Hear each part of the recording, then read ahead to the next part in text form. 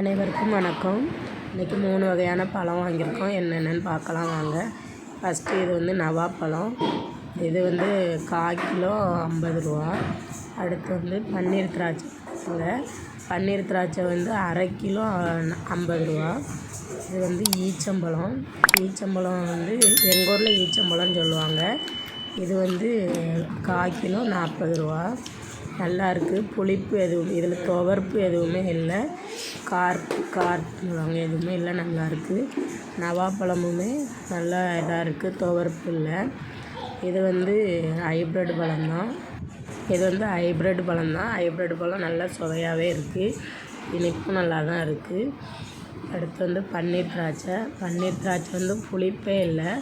பார்க்க இது வந்து பச்சை கலர் கொஞ்சம் இதாக இருந்தாலுமே புளிப்பு இல்லை. நல்லா இனிப்பாக தான் இருக்குது. பழம் அருமையாக தான் இருக்குது.